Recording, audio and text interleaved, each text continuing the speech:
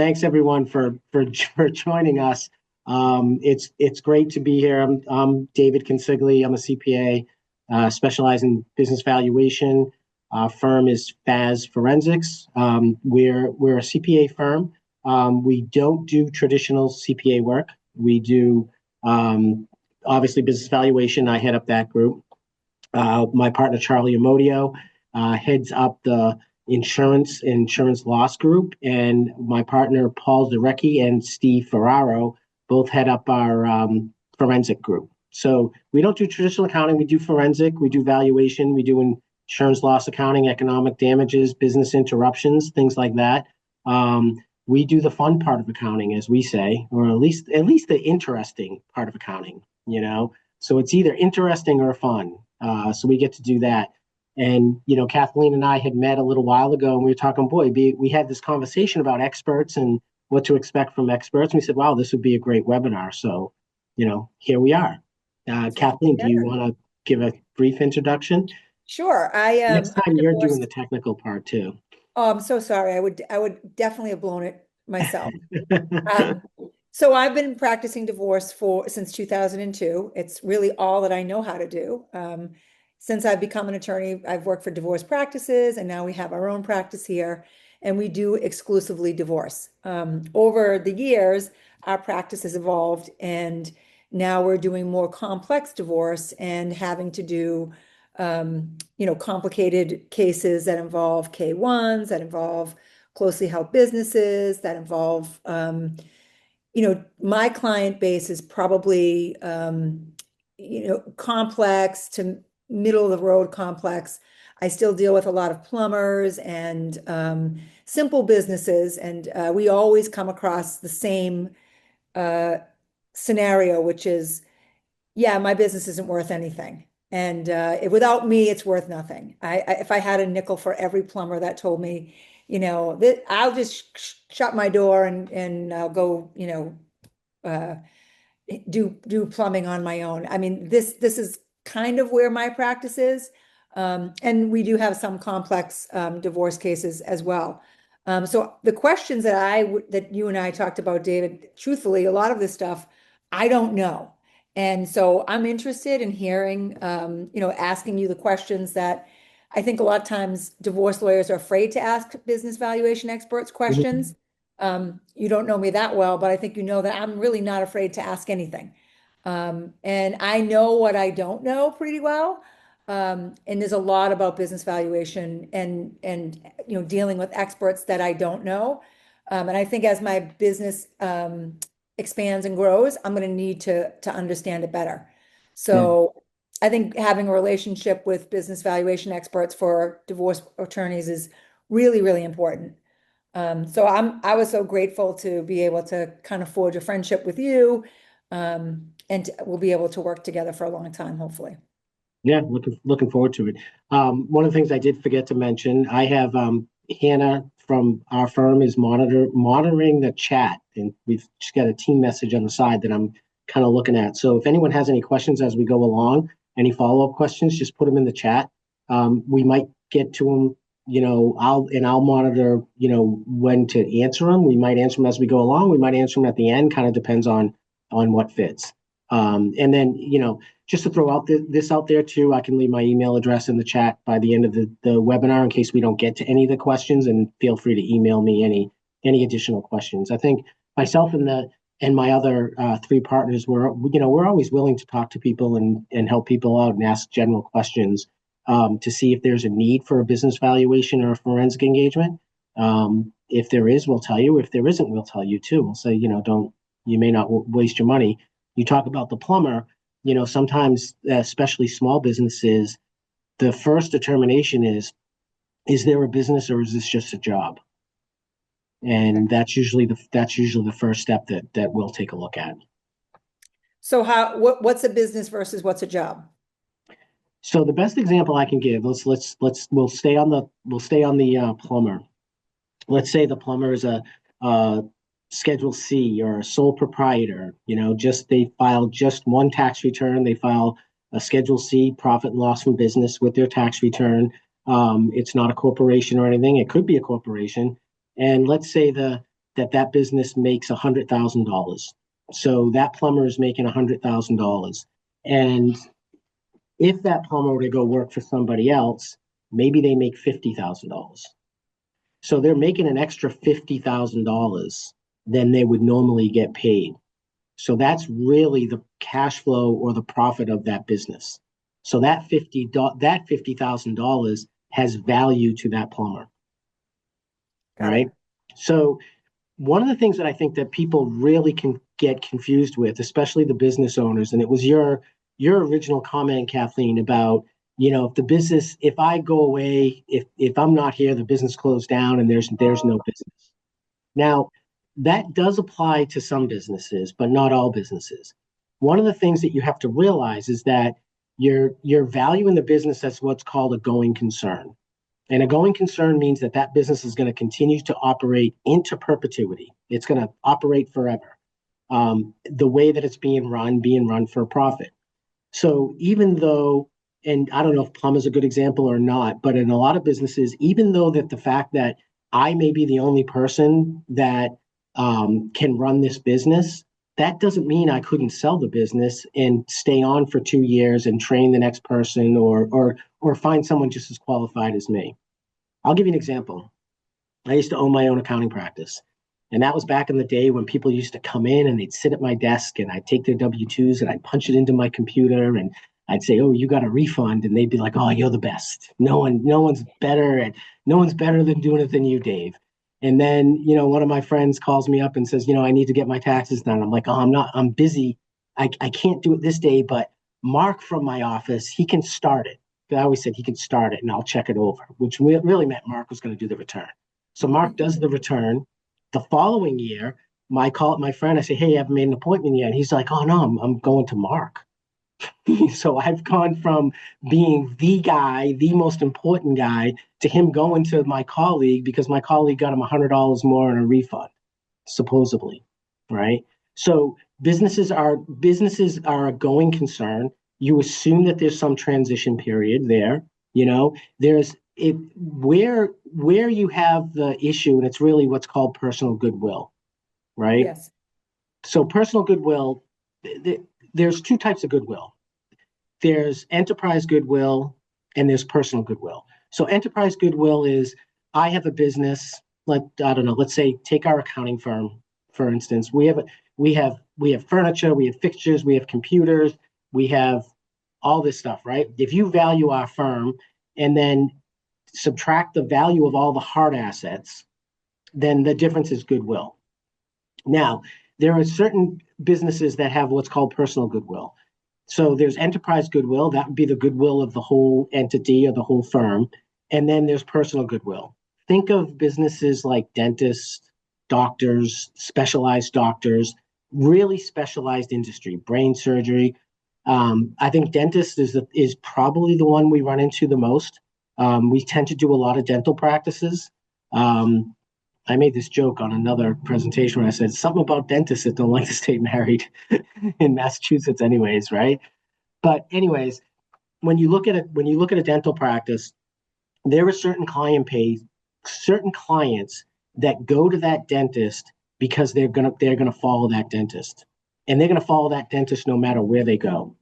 They may drive an extra half an hour just because they want to go to that dentist. Now, I really like my dentist. His dental office just happens to be next to the business I used to work at, the accounting firm I worked at like 15 years ago. And I still go to that dental office. Now, if a new dentist came in, it's kind of right down the street from my house. And I don't really like to go to the dentist. So I'm not going to waste a lot of time. So I'm going to go to that dental practice no matter who the dentist is. So the difference between that is who goes to that dentist just because it's him or her and they'll follow that dentist no matter where they go within reason, or is it that practice because it's on the corner and it's in my hometown and I'm going to go there and I'm going to go no matter what because it's really convenient for me. So the difference is there's personal goodwill and there's practice goodwill, and especially in dental practices there's going to be both. Now, why that's important to attorneys, especially divorce attorneys, is that personal goodwill is not a divisible asset in Massachusetts. So whatever that personal goodwill is, is not going to be something that's going to be divisible. Now, the challenge as like a valuation expert is, you know, getting the information from the dentist that, you know, the smart ones know that what the difference is and what are they going to tell you which clients are which. And, you know, we kind of calculate one of the ways to calculate that's called with or without, you know, what would be the value without the dentist, that particular dentist there. Because don't forget too, you know, there's also the transition, which even actually complicates it a little bit more because there's a transition like, you know, dental practices from a reality standpoint don't sell. The dentist walks out the door and hands him the keys and walks out. There's usually a transition period, but there's still going to be those customers or those patients that feel like, okay, well, if I can't go to my dentist and he's retiring, I'm going to go find somebody else, and they may still leave. You know, think about if it was inconvenient, but I went there because of that dentist, well, now I might go to somewhere that's even a little more convenient. So for us in the divorce world, I think we have a hard time quantifying what goodwill is worth and how our business valuators figure that out. Do you look at a list of a dentist's clients and say, oh, these clients have been with him for 20 years, their children go to him, their grandchildren go to him, so therefore we can predict that this is going to continue? Or like, is there some magic formula? Yeah, that's where it becomes really complicated.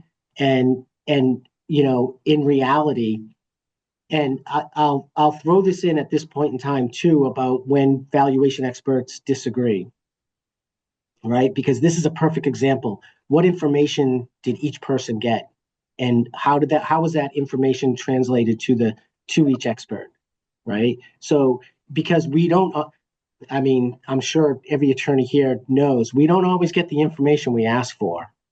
So sometimes we have to do the valuation based on the information we have. So it is really looking at the client list or the patient list or whatever it may be to see like, okay, how long have they been a patient? How long have they been a client? If it was a practice that was bought, did it come with the practice? You know, were they already going there? You know, if they say, well, Dave Consigli comes here, you know, because of me, but yet I've been coming there 10 years before him or her, then chances are I'm not going there because of them. You know, so those type of things. Also, too, you know, when you're looking at the goodwill, we're also looking at, you know, what are some of the services that are offered by that dental practice? Like, does somebody go there to get their cleaning because of that dentist or because it's convenient? You know, and oftentimes it might be interviewing other staff members too, you know, to see what you get. So there's not a standard, so I know you have like a standard methodology that you're supposed to use as a business valuation expert. But I guess that standard varies depending on practice to It practice. So you do it it it differently than somebody else does. Yes, it definitely varies practice to practice. Really, what you're trying to do is to figure out what's this business worth without this dentist, and what's it worth with the dentist, right? Right. Because what it's worth without the dentist is going to be the enterprise goodwill or the practice goodwill. Okay. And so for goodwill, if you're testifying about goodwill, what do you like?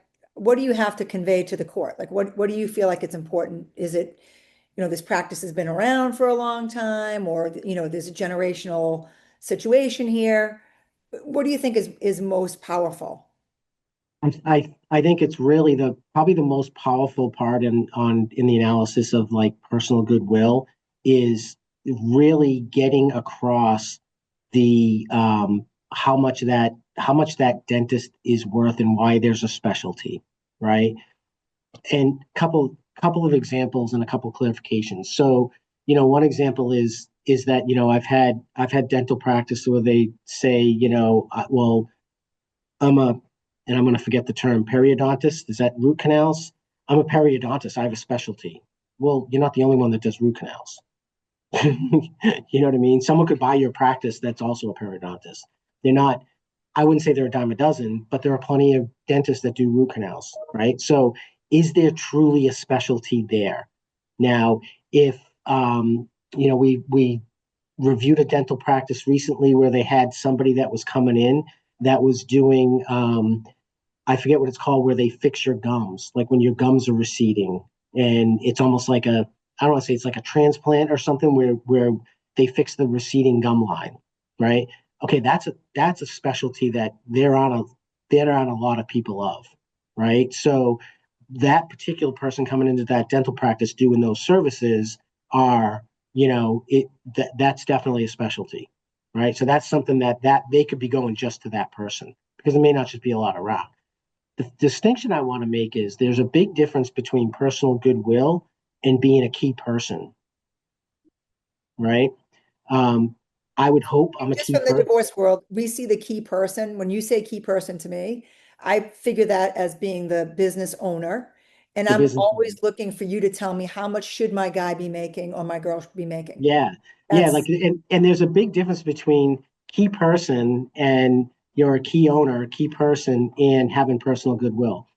I would hope I'm a key person in my firm, but if something happens to me tomorrow, my firm is still gonna survive, right? There's still other people in my firm that can value businesses. It may take a little bump or whatever, but there's a big difference between that and having, you know, I think at this point right now, I may be the only person in my firm that does cannabis valuations.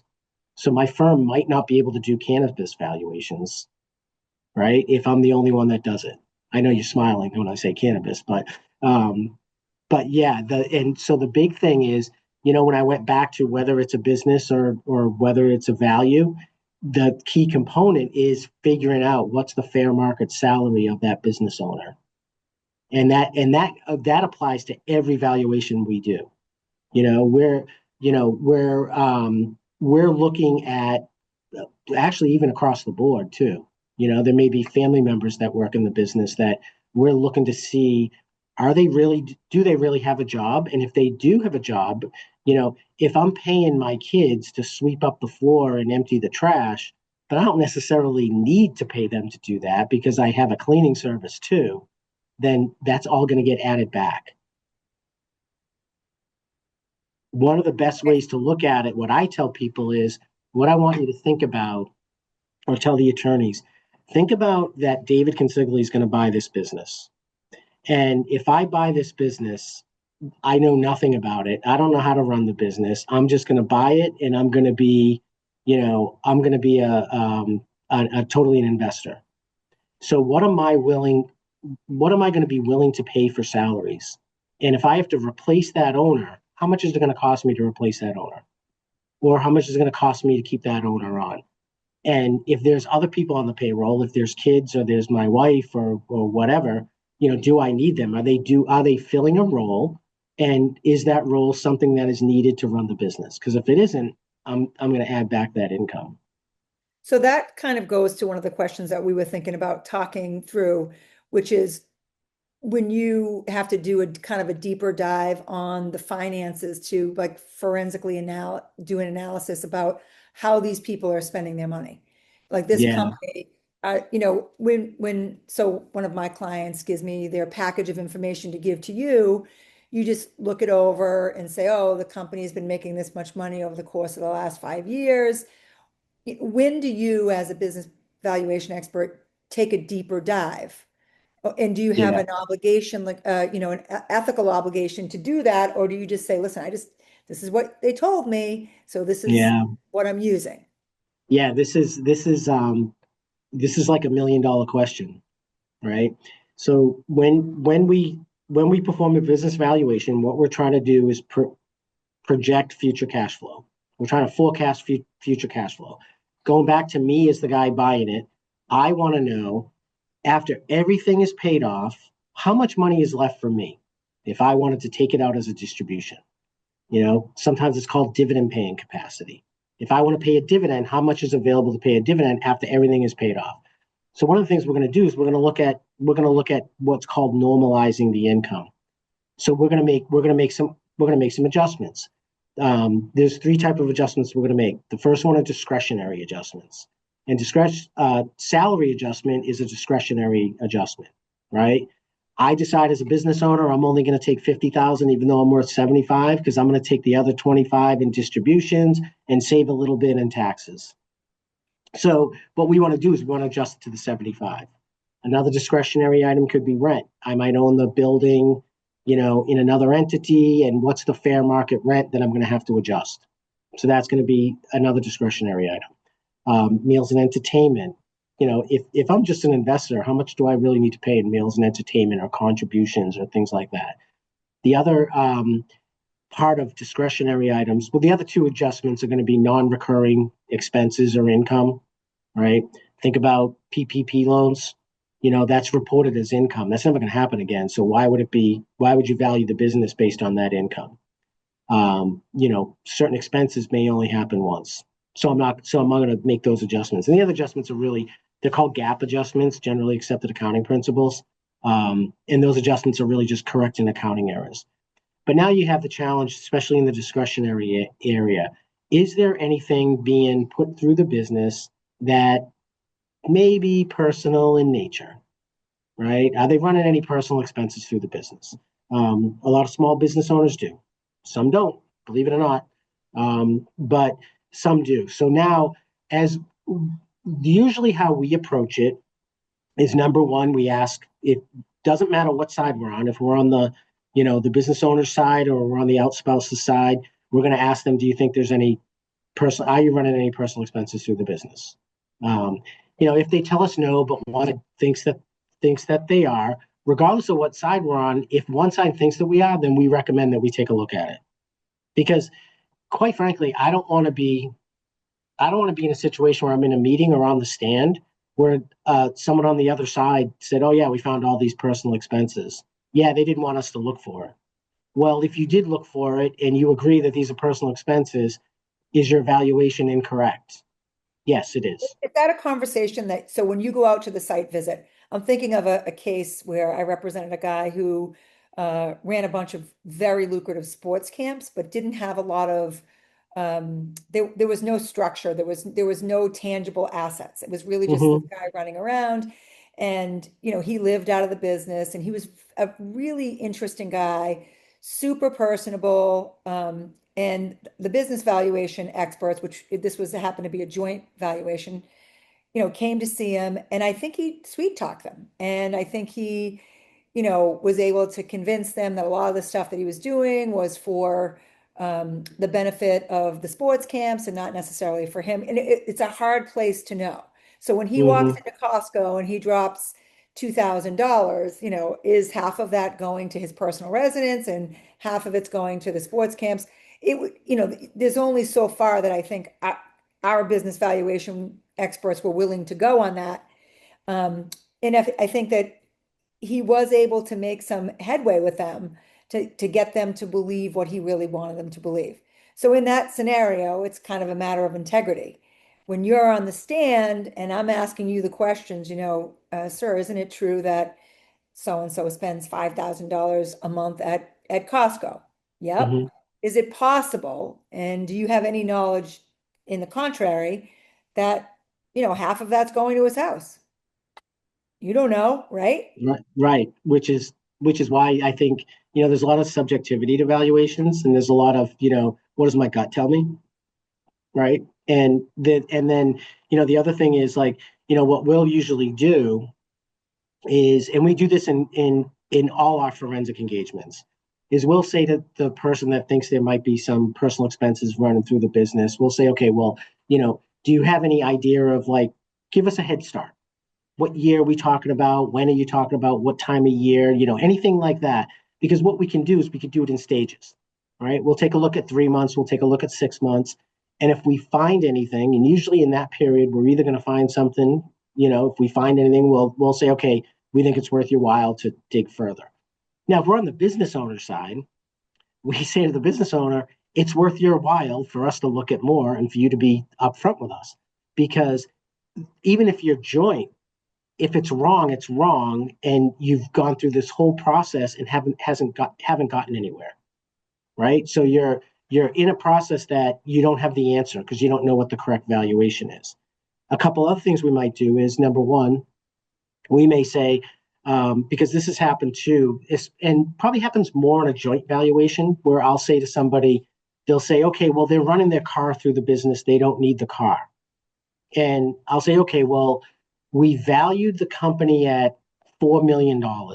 How much is the car? How much are the car expenses? It's $10,000 a year. Okay, that's $50,000 in value. We valued it at 4 million. So does the car really matter? We probably rounded off more than that, Right. right? Because we are looking at an estimate. So in any of those scenarios where we can say, kind of determine like, okay, well, how much is it worth it to look at all the Costco receipts, right?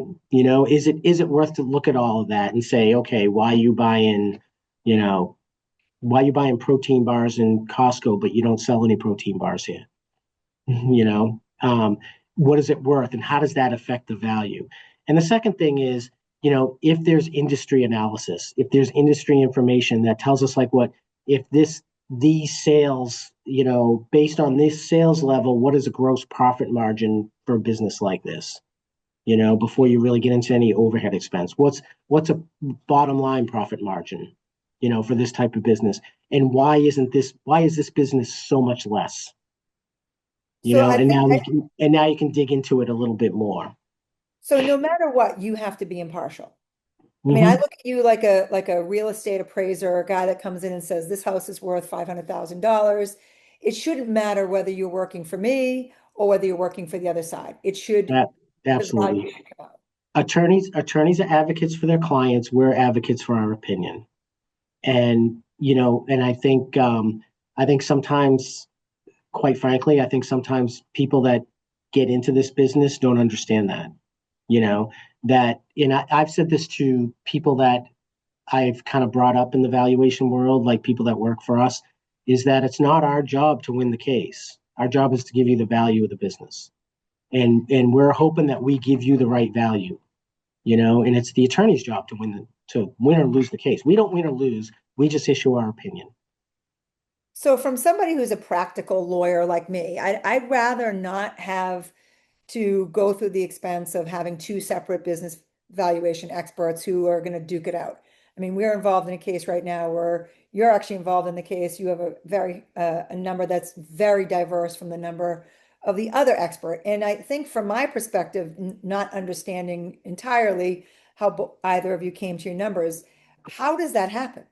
If it's the Mm. same business, it's the same time frame, the same materials, how do people end up in such different places with evaluation? I do appreciate the fact that you're still doing the webinar with me, despite my disparity in valuations between the other expert. So, what you have to understand is valuations are what we call part art, part science, right?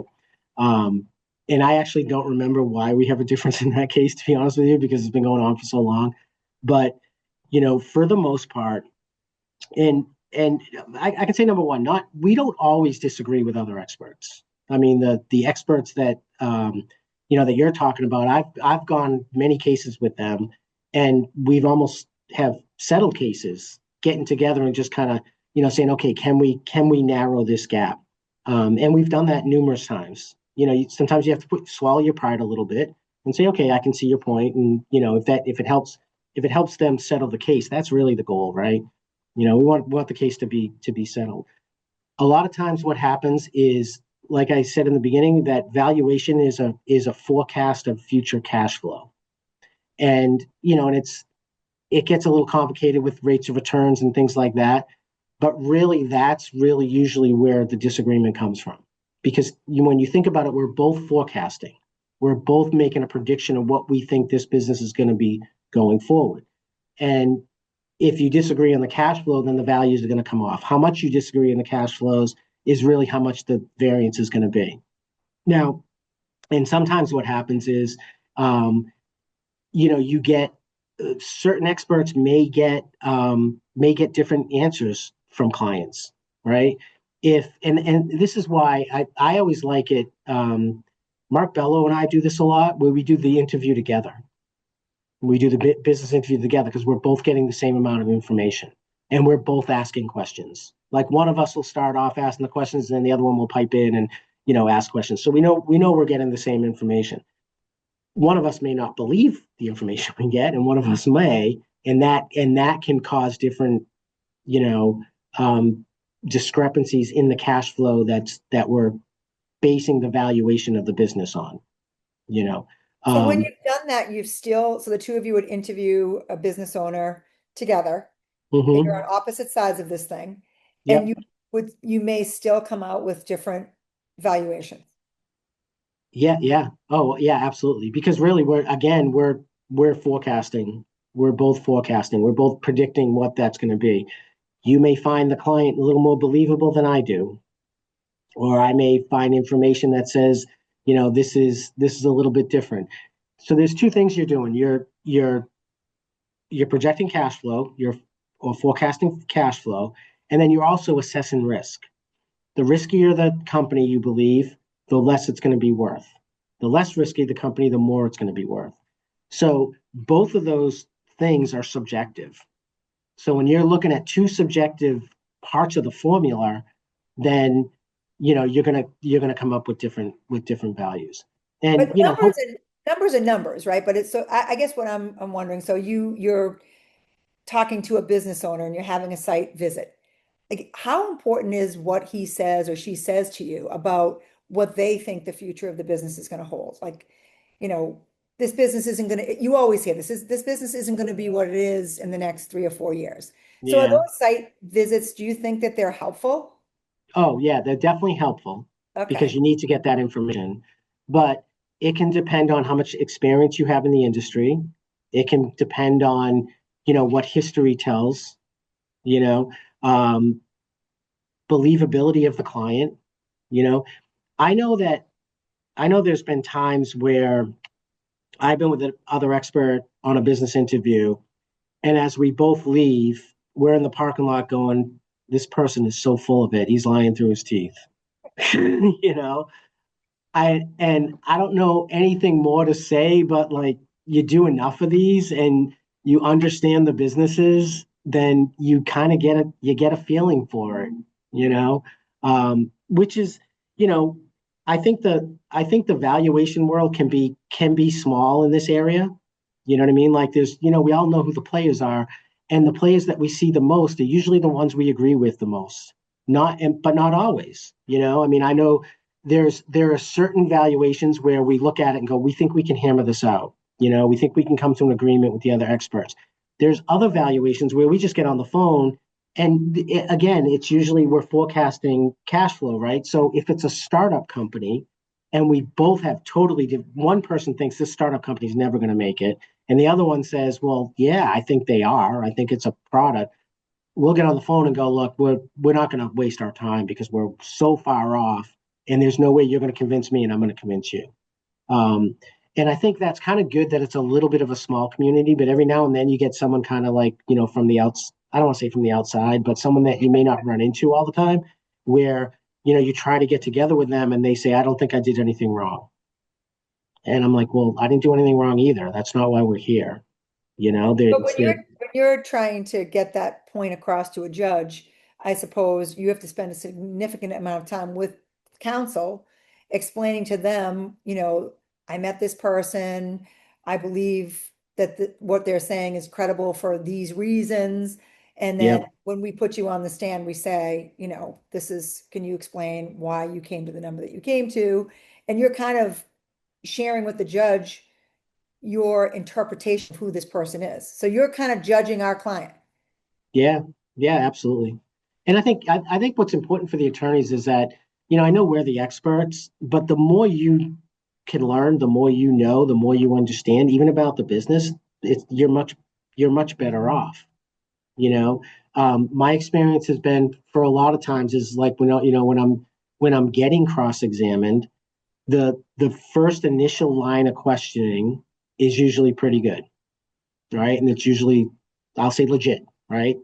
And I can tell that they've been prepared by somebody, that you sat with an expert and they helped you critique my valuation and give me questions. Where I see attorneys struggling are the follow-up questions, right? Like I answer the question and they don't really know, like, okay, what should I follow up with, Do right? you think it's So helpful for us as lawyers to come to the site visit? Because I mean, I've done it I once And I I, learned a lot about this business that was very complicated. And I'm being super honest. A lot of this stuff is when I read a business valuation report, just like an appraiser, I just kind of go to where's the number for the salary. There's a lot of filler in these reports that some of it's just hard for me to feel like it's necessary for me to understand it completely. But I had a better understanding in that case because I went to the site visit with the expert, and it was a service business, and this person was a kind of a headhunter for scientists. So he would work with pharmaceutical companies, and he had scientists that he was connecting the scientists with the pharmaceutical companies, so they'd be hiring people. mhm, And our business valuation started dealing with cap rates and all of this kind of stuff that was, for me, this was years ago. I was like, I don't know what is happening here, but I love the acronyms that are flying around. Like this guy was saying, I have a bullpen of scientists and these pharmaceutical people are willing to pay X amount of dollars for them. And I'm making, a percentage over and above what we're paying them. And that falls into the cap rate. So for me, sitting there as the attorney, it was very helpful for me. And I felt like I understood the business better afterwards. And mhm. I probably would have been, and that was actually with Mark Bello. And it was very educational for me. I would have Yeah, I mean, put him and on there's, the stand and done a better job, I think, had I, just because I had been. yeah, yeah, because like, sometimes like the questions that you're going to have are questions we may not have thought of, right? When you go on the business interview, you know, it, and, I remember got a credential to value patents, right? And I remember taking the course and talking to the instructor and saying to the instructor, like, okay, a lot of these patents are for, are medical, right? They're devices, they're drugs. I don't think I'm that smart. I mean, like, how am I going to understand this? There's a reason why I'm not in the medical field, right? And this advice kind of stuck with me across the board. And he said, you just keep asking questions, right? Just never stop asking questions, and I think that, sometimes I think people not blow off the business interview, but don't like don't take it as deep as they probably could. And I think it's a great idea when the attorneys are on it, because you're hearing it firsthand. Um, and also too, like I like when they say, I didn't really like this answer. I kind of felt like they were scrambling. I kind of felt like, it didn't come across clear. Do you think they were lying or just didn't know or whatever? And that's kind of conversations you can have. Someone in the chat asked if financial analytics help support management's integrity about the past and future operations. The answer is absolutely yes. You're telling me that all of a sudden I actually have a case going on right now where there's an issue about, well, it's we had a bad year. Like it valuations are as of a certain date, right? So if it's a December 31st, 2024, it's what's known or knowable as of that date. So you really can't take into consideration things that have happened after that date. The best example of that is, as I say, is like September 11th, 2001. If we were to value a company on September 11th, 2001 that was in the World Trade Center, you can't take into consideration what happened on September 11th, 2001, right? You can't take into consideration 9/11 because we didn't know 9/11 was going to happen on September 10th, right? So, when you have, and this is sometimes I think is a challenge to make sure that we can explain to judges, is that, even though you want to follow up, if the valuation date is going to be 12/31/24, what happened in 25, if it wasn't known or knowable, then we really can't take that into consideration. And here's another reason why. If we're forecasting, cash flow or net income or what's going to happen going forward, and we used a 5-year period, so 24 back 5 years, because we want to capture all the ups and downs of the business cycle. Now, all of a sudden, if you're saying, well, in 25, we didn't have a great year, and that's what it's going to be like going forward, well, is that any different from 2022 that had a down year, but then came back in 2023? So you have to capture a whole big business cycle to make sure you get the ups and downs of what's going to happen in the future. You can't just look at things in a vacuum. Now, if there are reasons that 2025, let's say 2025, we're using that year, and we're only going to use 1 year because that's an indication of what's going to happen in the future. And that may happen in certain situations. I don't know, maybe they lost, a key account. The biggest account got lost in that year, and it's going to take them 3 years to recover from that. That Or always happens during a divorce. So this every is single the time. problem that we have, is that if, the person who runs and owns the business is, at the helm of things, you have the outspouse always saying, yeah, he's running this thing into the ground just because he knows everybody's looking at it. So what's the number of years ideally for you that you like to see for the question that was asked about the history? How many years back are you looking to see? General rule of thumb is 5 years because you want to capture a business cycle, all the ups and downs, like I said. But if you're valuing a software company in the 90s, I think we looked at 2 years, right? Because it'd be up and down. We have data. I think that probably from the industry that goes back 5 years, right? And if they're telling you it's doom or gloom, but the financial numbers don't show that it's doom or gloom, and the industry doesn't show that it's doom or gloom, then we're not gonna take what they say. We're gonna use it. We're gonna use our own analysis. Um, What do and you and think about? and you know what? It also doesn't. Just to clarify one thing too, it also doesn't have to be on purpose. You know what I mean? Like divorce is a horrible thing to go through. So if I'm going through a divorce, I may not be, on my game in my business. That doesn't mean that that I'm doing it on purpose. I guess is what I'm saying. So it doesn't have to be, and that happens too. You know what I mean? Because we may explain things. But how much weight does that 1 year during the divorce impact? So it's 2025, for example. If you've had, 10 solid years leading up, and then in 2024 and 25, it's way off. I mean, I suppose that you almost We got have to to do, disregard that. yeah, we got to do a little bit of digging, right? Is it off because what's the industry, what's the business, Right. right? I'm trying to think of a business where is there's certain businesses that aren't around anymore. You know what I mean? Just from technology or what have you. Is it one of those businesses where maybe that is going to be the trend going down, or is it you know there's no other explanation for why it's down? So is that explanation, is the conclusion that we make, is that because the owner's not into it, or they're doing something on purpose, or what have you? And we may not use it at all. We may do a weighted average. And if we do a lot of times you do a weighted average of 5 years, and you'll weight the most recent year the most. Well, if we think the most recent year is not going to be an indication of the future, we may weight it like one or two, and be able to say, hey, look, we considered it. We just didn't put a lot of weight on it because we just don't And you believe would that. say that in your report. You would spell that Yep, out clearly. yep, that would all Um, be out in the report on why.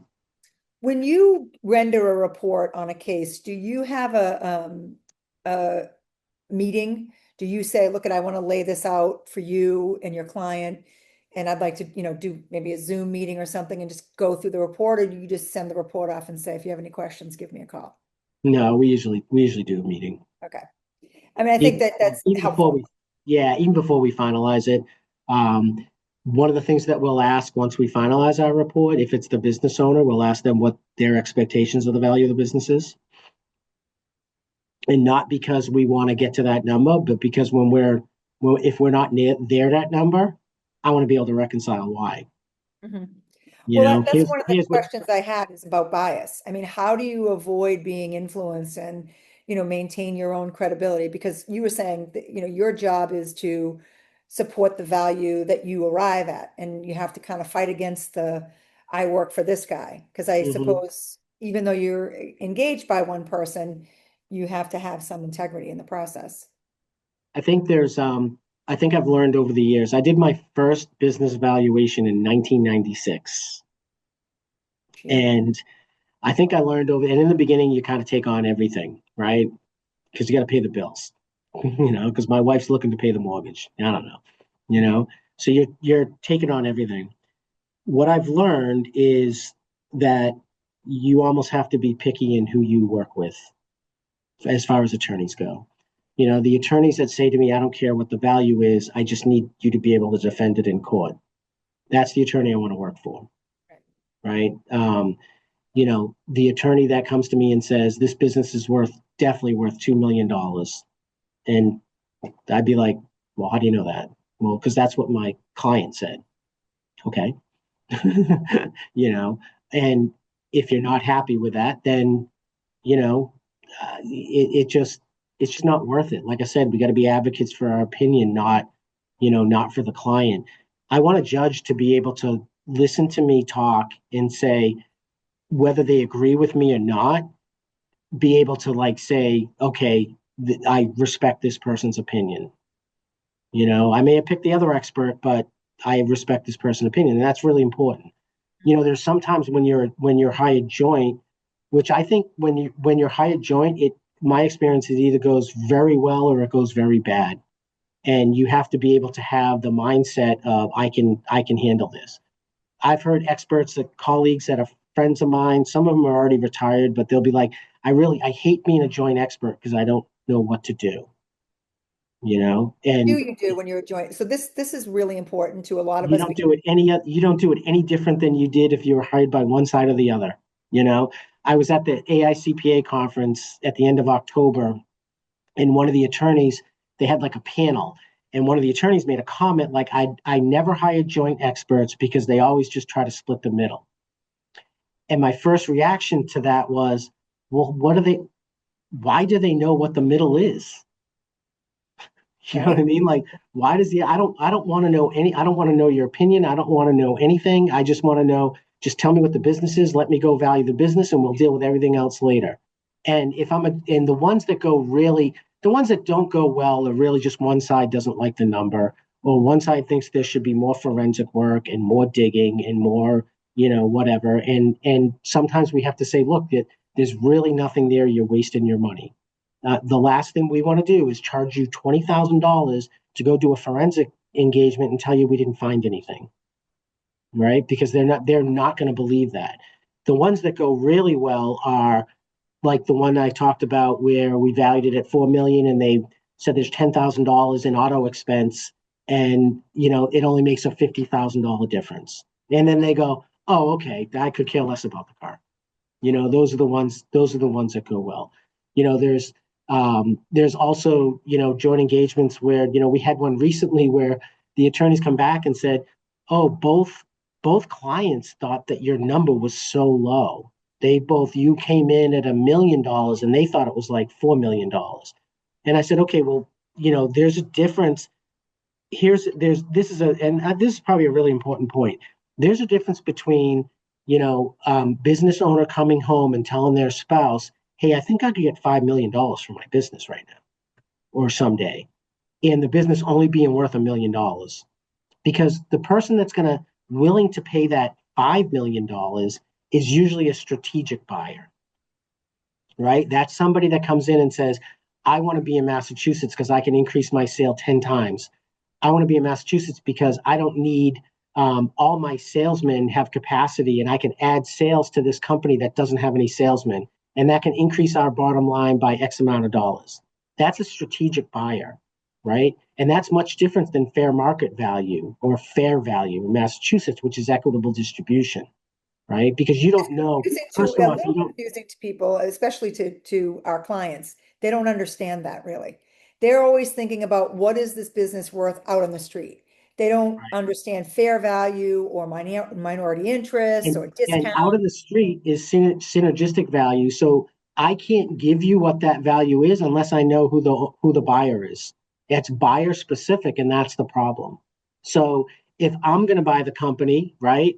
Again, the best way to explain this is what I said before. I'm going to buy the company. I know nothing about the company. What am I willing to pay for it? Because it's got to run the same way, as opposed to a competitor or someone that's not in the area that's willing to pay more because it's worth more to them than it is to me because they have synergies. They don't have to pay. They if there's a corporate attorney and someone buys it based on synergies, well, they don't have to pay that corporate attorney anymore because they have their own corporate attorney. They don't have to pay the CPA firm to do the audit because they already have a CPA firm that's going to do the audit. You know what I mean? So they're going to immediately save in expenses. And that sometimes that's why they say, well, this person told me it was worth $4 million. Well, maybe not. It gets tricky, I think, for us to when we're talking about business valuation appraisals versus a business broker. I think, it's like anything. If you were going to sell a house, you could get a realtor to come over and say, if I were going to list this thing, I would sell it for, $500,000. And then the appraisal comes back and it's a little bit different. I presume in your work, that's the same. It's not that you're putting a for sale sign on the business. There's a lot of Right. other things like minority interests and closely held corporations, those kinds of things. And in our cases, that's mostly what we're seeing. We're seeing, a lot of family-owned businesses. Yeah. Yeah. And, the thing with like the whole business broker thing too, when you're looking at, because you see this too, well, the business broker said it was worth this amount. Um, Sometimes I'm not sure all the information is shared with the business broker, number one, because the Massachusetts law, family law, tells us how we're supposed to value the business. You know what I mean? So if you don't have that experience to do that, to go by what the law says how to do it, then you're not going to get an accurate valuation. Right. What do you think the most difficult businesses are to value? There's actually one of the questions is, let me see, what's the difference between valuing a company, one that is a service-based business as opposed to one that is product-based, and is there much difference? I think the service businesses are definitely the hardest to most difficult because you really have that component of goodwill. What I talked about earlier, personal goodwill. That's a very complicated, a lot of factors going into it. Where a product business, you're not really going to see a lot of personal goodwill unless, I don't know, it's one person making a product, like an artist. Does that have any business? So those are very difficult. We're kind of running out of time. There's a couple more questions. I'm willing to stay on a couple minutes to answer the questions if anyone wants. If not, I'm gonna type my email in the chat. I hope I spell it right. And more than happy to ask me, send me an email, ask me any questions. One of the other next question was, what should attorneys consider when entering an engagement for a business valuation? Number one, I would say experience, obviously. When I first started doing business valuations, it was kind of a little bit of the Wild West. It was very easy to get a credential. I originally had the CVA, and then I got the ABV. I gave up the CVA because I really just didn't see the need to pay for two different credentials. I would say making sure you got someone that is credentialed. Also, too, I think that it's important to. I personally think it's important that if you are hiring someone, you're hiring someone that does this full time. I think it's or it's a significant part of their practice. I made a decision. I talked earlier about, having my own accounting firm, and or did I? I forget. Anyways, Yeah. Yep. I had another call where I was talking about my accounting firm before this, so I couldn't remember if I did it here or that on that call. But anyways, I do remember making the decision to say, if I'm going to be an expert, I'm going to do this full time, and this is going to be the only thing I do. That's all we would hire. We would, so, and when we talk to clients, we say, we may not be the firm that you want, but my advice to anybody that I meet who's involved in a complicated divorce is hire a lawyer who does just divorce, Right. who devotes all of their time to doing this because we're, Because it's hard. It's hard to be jack of all trades. yeah. Right. And like I said in the beginning, so many when the CVA first came out, they had to promote it. They had to get as many CPAs as possible, and everybody got their CVA. Two of my partners have CVAs, and they're telling me they won't touch evaluation. You know, and I think it's really important if you're going to be an expert, be an expert, and because it can be dangerous. I also find that the people that don't do it full time tend to be like I was early in my career, when I take everything and anything on, and felt that I represented the client, even though you're supposed to be independent. So I think that's probably really important. Well, I just think in closing, I would say that for me, I would want to have an expert that's somebody who is confident and experienced. And this is really what they do. I mean, I would never have just a CPA who on the side kind of does business valuations. I mean, Mhm. we had a pretty big construction company, and the CPA for this company said, I can do a quick and dirty valuation for you. And I just about hung up the phone. I'm like, the last thing that we need ever Is in quick and dirty. divorce case is a quick and dirty business valuation. Yeah, and finally I think the last question, and it's probably the question, obviously the question that everybody's concerned about is, what is the cost, and is it worth it? I can tell you what we do. Um, Number one, we will scope it. Okay, and it's really, and we may change in how we do valuations, because we usually will give a range, and we have certain levels and everything, and we may, for litigation, we may go away from the range because it just seems like it never happens that way, and we end up writing things off and things like that. But the cost of evaluation definitely um, is is predicated on the size of the business, how complicated the business is, the size of the business. We're not a firm that charges $20,000 for every valuation, and like you said earlier, Kathleen, where we say, okay, here's your report, thanks for hiring us. We definitely will take a look at it. We'll definitely take a look at it, and the example that I used earlier about the plumber making $100,000, and $50,000 could have value. Well, that $50,000 may only be worth $250,000 in value.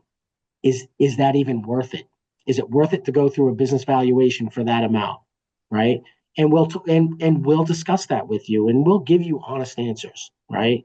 Can you do a Like I said, small business could you do a small bit? So on a business like that, I mean, I had a case like this. I don't want a full blown, $20,000 investigation, but there's some value to this business. And if I said to my client, listen, it's worth $7,000 to hire them to do this.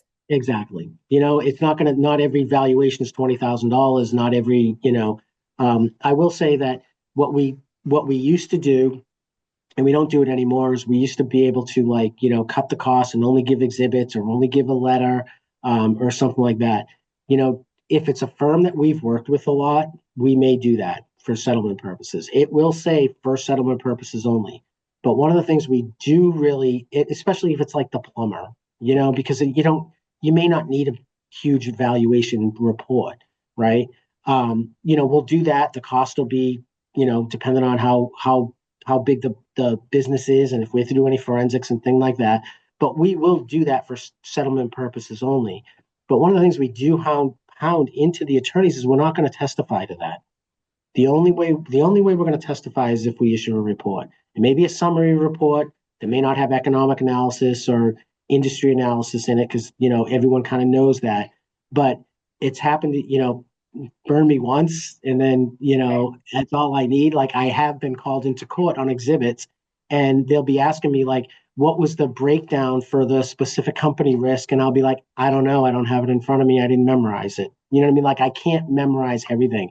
It's hard enough because most of these cases go to court a year later, Yeah. Do you right? know at the end of a case, so it's you and another expert, you testify well, and you think maybe your valuation wasn't accepted and the other guy's was, like, how do you know that? That does a lawyer call you down the road and say, oh, hey, Dave, just want to let you know we got the judgment on that? Yeah, some do. Yeah. I haven't had many that they've said they've thrown out my valuation. I don't know if I've had any. There, if for me, the worst case, my experience has been worst case scenario. The judge may have taken one of their adjustments and one of my adjustments, and it did something. This is probably not good marketing for me. Sometimes I don't even know who the judges are that I'm in front of. I have to look it up if you ask me, you know. Other times I don't even know the result because I kind of feel like isn't that the ultimate of independence? You go in, you testify, you leave, and you don't even know what happened. Exactly. I do like to know what happened because I like to know that the judge has taken has taken what I've said and have agreed with it. But I haven't had many. I don't think I've had any where they said they totally did not use anything that you testified to. That's great. All right. Well, we're definitely out of time, so I don't know if it's Yes, definitely out of time. Any questions? I mean, I don't know if you want to put your email in the chat, Kathleen, and Sure. I put my email in there. Feel free. Our firm is we're very flexible on, um, initial consultations, questions. Is this a business? Is it not a business? Should I have it valued? Shouldn't I have it valued? Do I need a forensic engagement? Do I need, is there, does the forensic team, should they be involved? We're very open. We say to attorneys, use us as a resource. Because we will tell you, on the flip side, we will tell you, oh, by the way, this is like a $30,000 business valuation, and tell your client to beg, borrow, and steal to get this done because it'll be worth it for them. It's helpful. That's very helpful. And we also do cabinet analysis and helping split assets and things like that. But the valuation of the forensic is the crux of our practice. Awesome. Well, this All was right. great. All right. This has been great. Yeah. Thank you, Yeah. Kathleen. Thank you, Thank everybody. you. All right. Take care.